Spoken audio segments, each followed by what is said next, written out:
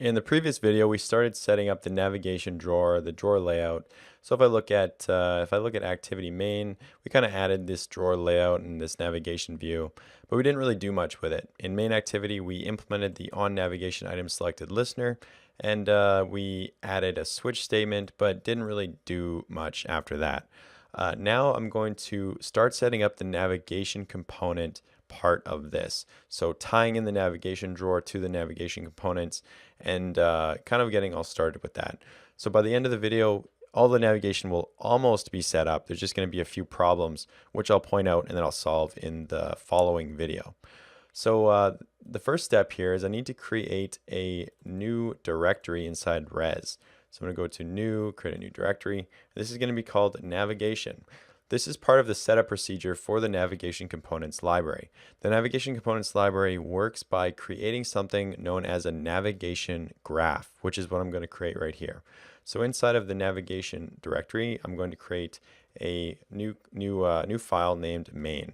And inside main is where we're going to create this navigation graph thing that I'm talking about. And if at any point you want more information about what I'm doing here, go to this URL. You don't need to, or not this URL, the one previous. So the Android developer website, guide, navigation getting started. This is where you'll find a guide to how to do all this. Like I've said before, this is a dagger course, so I'm not going to be focusing on kind of the nitty-gritty details behind this. I'm just going to kind of give you a quick overview and then we're going to set it all up. All right, so this navigation graph thing, what is this? This is how the navigation gets defined. So instead of this was never done in the past, but now with the navigation components, you actually define the navigation using XML, which is kind of cool. I thought it would be weird at first, but it actually works really well and I really like it. So I'm just going to go through this and talk about it as I do it. So the first thing is you need an ID. The first thing is I'm going to create a fragment because we're going to have two fragments. If we look at the finished version of the app, we have two fragments, profile fragment and post fragment. So I'm going to define those fragments inside of this navigation graph thing.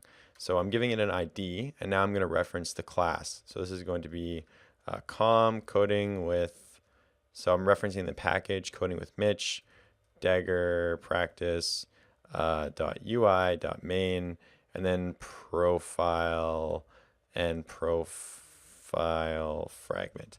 So that's the package location of profile fragment. So if I open up the view over here, it's in the main package directory. So com coding with Mitch dagger practice, UI, main, this is profile, so profile, and then profile fragment. That's the path for the fragment. If any of you have used data binding, data binding can do stuff that's very similar in the layouts. You reference the package that the class exists in to actually basically like import the class. So anyway, the next attribute is going to be the label. This is just like straight up the name of the fragment. This fragment is named profile. So I've already got that in the strings file. Next is tools, layout, and I need to set that equal to the layout file for the fragment. So fragment profile, and then close that off. And I need to import that. So there we go. That's our first fragment. And this is a very simple implementation. Like I said, I'm not doing anything complicated with the navigation components library, but there's a lot of other stuff you can do.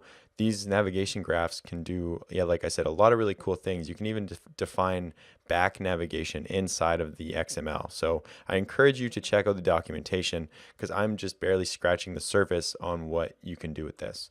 So next I'm going to create that other fragment, which is post fragment. So it's going to be the post screen.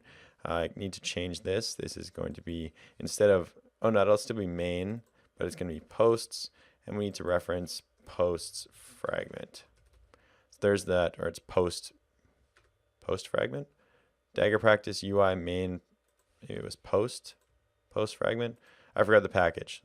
So main post fragment. Oh, I named it post fragments. That's wrong. That should be post fragment. Post fragment, refactor. So that's a mistake. I don't know when I made that. I guess when I made the class. So post fragment. There we go. So I probably made that mistake quite a few videos ago. So hopefully you guys caught that.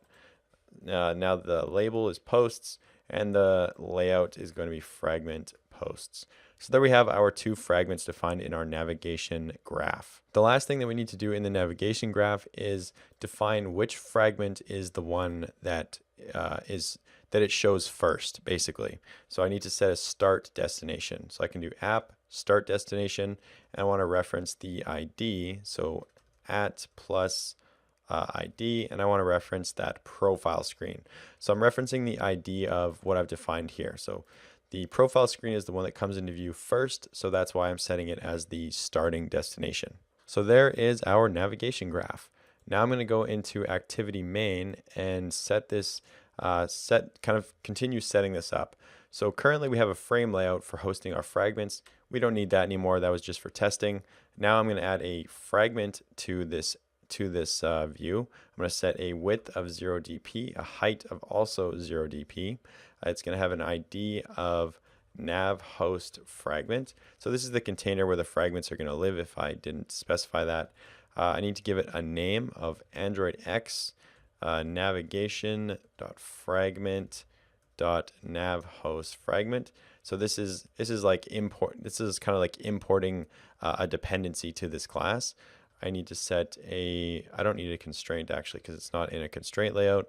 I need to say default, or I need to say Android, or no, it's app default. I should probably just close this off and then the autocomplete will work.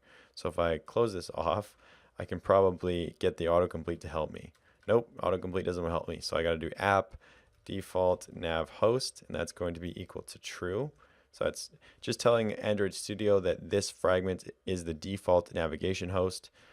Next attribute is app, and I need to reference that nav graph. So this is the nav graph that we just created. So nav graph equals at navigation and then main. And that should be it. That's all we need to do for this fragment. This is going to act as the container for our fragments, and it has a reference to the navigation graph that we just created. Now it's time to go into main activity and kind of tile this in.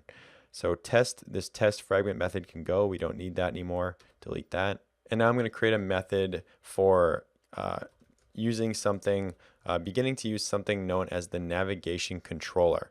So the way this navigation components library works is it all kind of revolves around this thing, or it kind of revolves around two things. Number one is this object known as a navigation controller, and number two is the navigation graph, which is what we built in here. So I need to set up this navigation controller and tie it into the other navigation components that we're using. So that means the drawer layout and the navigation view. So I need to create this nav controller. So nav controller, I'll call it nav controller equals navigation dot find nav controller, referencing the view, and then r.id.navHost fragment.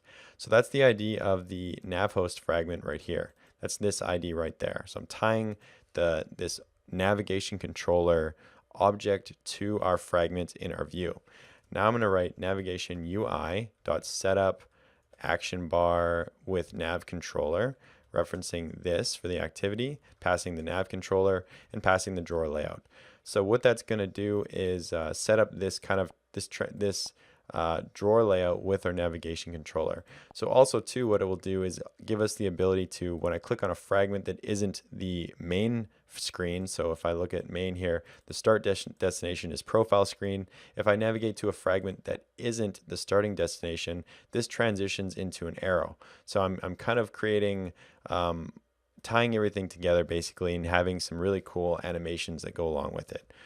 Next is setup with controller, setup with nav controller, reference the navigation view, and then reference that navigation controller. So more just kind of tying everything together.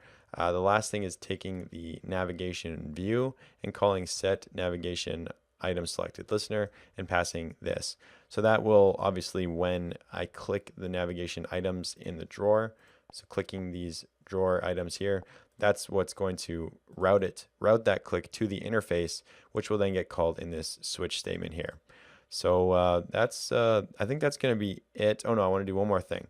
So I'm going to come down into the switch statement here. I'm going to write what you need to do to actually initiate these fragment transactions.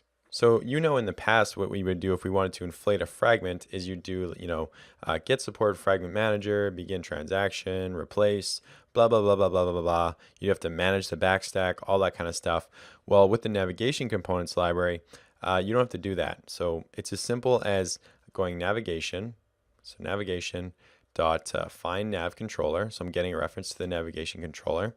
I'm finding that particular nav controller by referencing the ID of the nav controller, and then calling the navigate method, and I'm referencing the ID of that navigation component in the graph. So the profile screen is one of the components in the graph. That's going to be this component right here.